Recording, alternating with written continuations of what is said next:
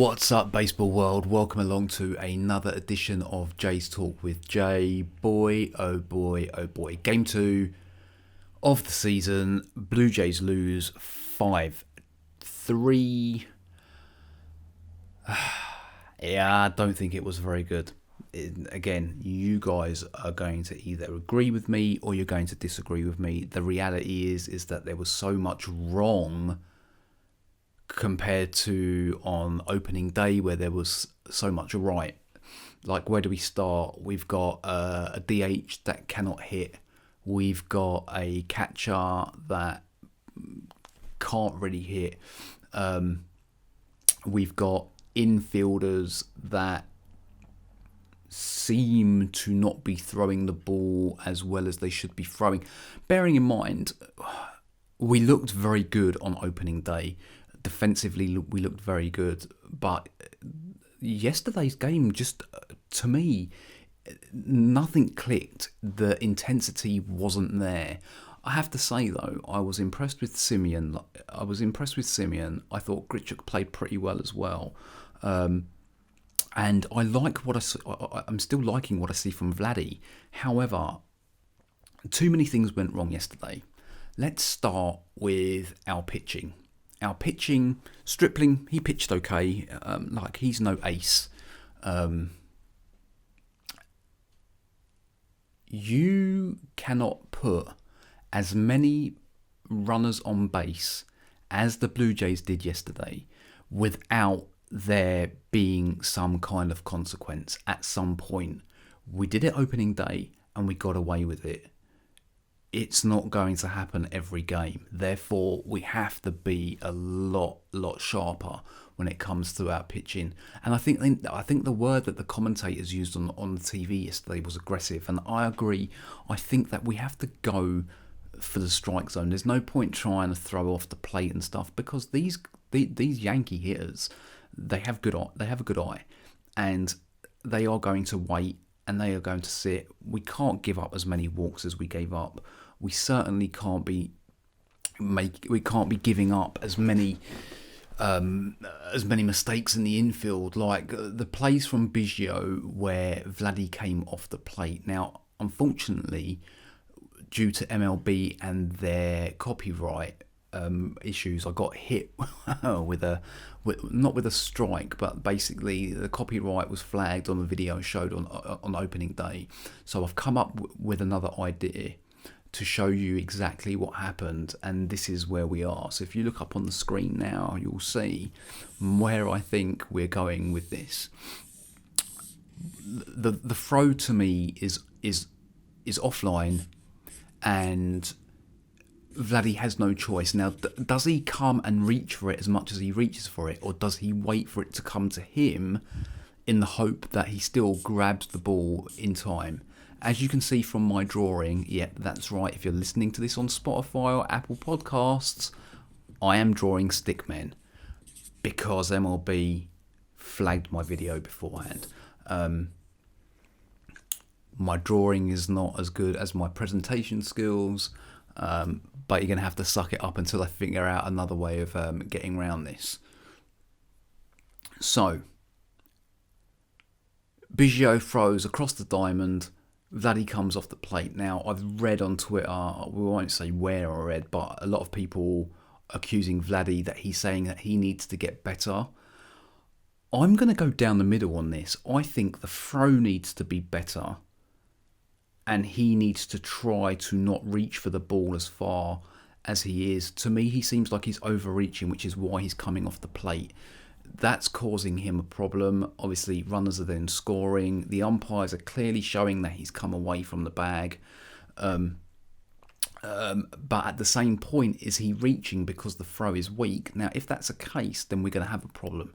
Because as much as I love Biggio, I can't see how he's going to get away with doing that on a regular basis without it becoming a problem. So what is the answer? Do they switch them? Does Vladdy go to third? Does Biggio go to first? Does Tellez come in? I'd be inclined to say Tellez doesn't come in because the guy can't hit for toffee at the moment. And there's no point us having a DH doesn't hit. We might as well put the pitchers in to bat at the moment because he's that bad. And I like him. I like Rowdy. He looks like a friend of mine, Canadian friend actually. But I don't know. He doesn't seem like it doesn't seem like he's in the zone at the moment, and I think that he's just swinging at stuff for the sake of it, which is eventually going to cause us a problem. But anyway, let's go back fielding. I think overall in the field, they looked nervous yesterday. They didn't have the same intensity as we had on opening day, and there were a few ball juggles and near misses, which we kind of got away with. But I think that overall we're going to have to look at what that infield's saying. Obviously Springer's coming back. We've got a few days and he'll be back, and then that's going to shore us up anyway. And then obviously that also leaves room for manoeuvre in regards to who starts. I think that the three outfielders, Springer in the middle, Gurriel left field, Teoscar right field, I think that's set, and Grichuk will come in and fill when there's days off, and that's fine. I have no issue with that. I think Grichuk, he's playing with intent at the moment, and I think that he looks positive. Again, I don't think you can fault him at the minute. I think he's trying to show that he's still worth a place in the team. So I think that as far as he's concerned, I'm quite cool where he is at the moment. But the infield does concern me slightly. I think Bo and Simeon look okay. A little bit jittery, but I think they're okay. Third's bothering me. But then you have to ask yourself, how do you get Biggio into the team? So I think that's where Charlie's going to have to work. Now, we'll touch on Charlie a little bit now. I thought that he should have pulled Dollis. I don't believe he did right by keeping him in there. You're going to load the bases. You could see he was off. And you could see that he was having issues, and we just asked for trouble. You can't load the bases and then just expect it to always be a case of that someone's going to bail him out. It didn't happen. It cost us runs, and it happened a few times. Now I know a lot of people are going to be up in arms about this. Ninth inning, Panic comes in to pinch hit. Should it have been Kirk? I don't know. I don't know what the answer is there. It's 5-3. You think it's close. I don't think we were in it. I don't think it matters. I think that Charlie could have gone out and batted. I don't think it would have made any difference whatsoever. It was one of them games where we didn't look like we were going to win it from the start. Again, didn't get that feeling on opening day. Opening day, there was something about the team, and there was a buzz, and you could just feel that we had the momentum. I don't think that was the case yesterday, and I don't think that was the case throughout the whole game. Even when we scored and we tied it, it still looked like a case of when the Yankees will score. Not if, just when. And that was slightly concerning. I don't think it's a case of lack of trying or effort or anything along them lines. It just didn't click.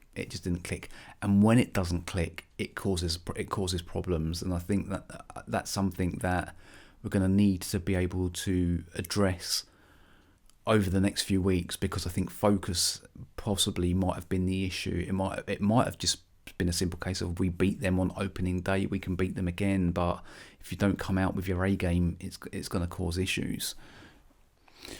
So let's look at. I guess we should look at some of the positives that came out of it. Again, offensively, I think they're the only real positives that come from yesterday's game. I think offensively, I think Simeon, I think he looks good. I don't think anyone can deny that. It was good to see Kevin, and it was good to see Bo get hits. Hopefully that's the beginning of something for these guys. Vladdy, what can you say? He got hit by a pitch. Another hit. I think he's going to have a big season. I keep saying it. I don't see any reason why not. Teoscar with another hit as well. Now I'm hoping that Kirk is a catcher on late today. There's no reason why that Danny should be playing every game. Who's the better catcher defensively? Not sure. I guess we'll find out over the next few weeks. But I think that you have to give Kirk a chance. Still not sure about the DH position.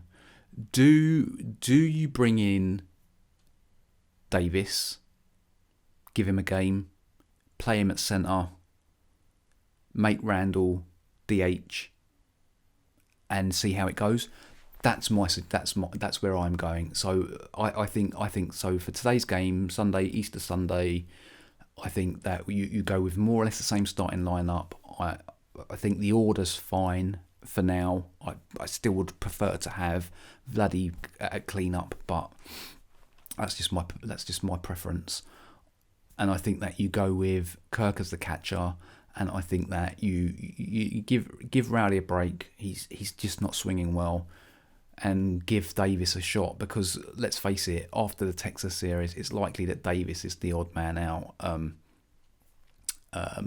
so I think that's where you bring Springer in. So let's give Davis a go, and you never know, like he might surprise, and then he puts himself in it. I think with his speed and base running alone, he's worth having on the bench. And then do you lose one of the pitchers? But who do you lose at this point in the season? So I'm not sure they go down that route, but it'll be interesting to see. I think Charlie has to act. That's something I just want to get off my shoulders. I think he has to act. I think I was praising him on opening day for leaving the pitchers in and stuff, and that's all well and good if it works. However, I think that when you see something, like if I'm sitting here watching it on TV thousands of miles away in the UK, if he's at the game, surely he's got to see these things unfolding, and I'm hoping that that's the case. He didn't want to obviously go and use loads of arms in a game that we were losing anyway, so I kind of get that, but a little bit more speed. I'm excited for today's game. I think it will be good. Hopefully we'll get another podcast straight after today's game, and that will be up straight away. And then we look forward to the series against Texas. I think it will be another interesting series, and we'll see. So don't forget, as always, like, subscribe, follow YouTube, ring that dodgy bell thing. Hit me up over on Spotify, Apple Podcasts, everywhere else you consume your podcasts. Don't forget to follow on the socials, over on Instagram, TikTok, Twitter, wherever else it is that you may find me, and keep spreading the word. Don't forget as well, if you want to get involved and you want to join in on these podcasts, hit me up, send me a message, and we'll connect. But I will see you later tonight for another edition of Jay's Talk with Jay.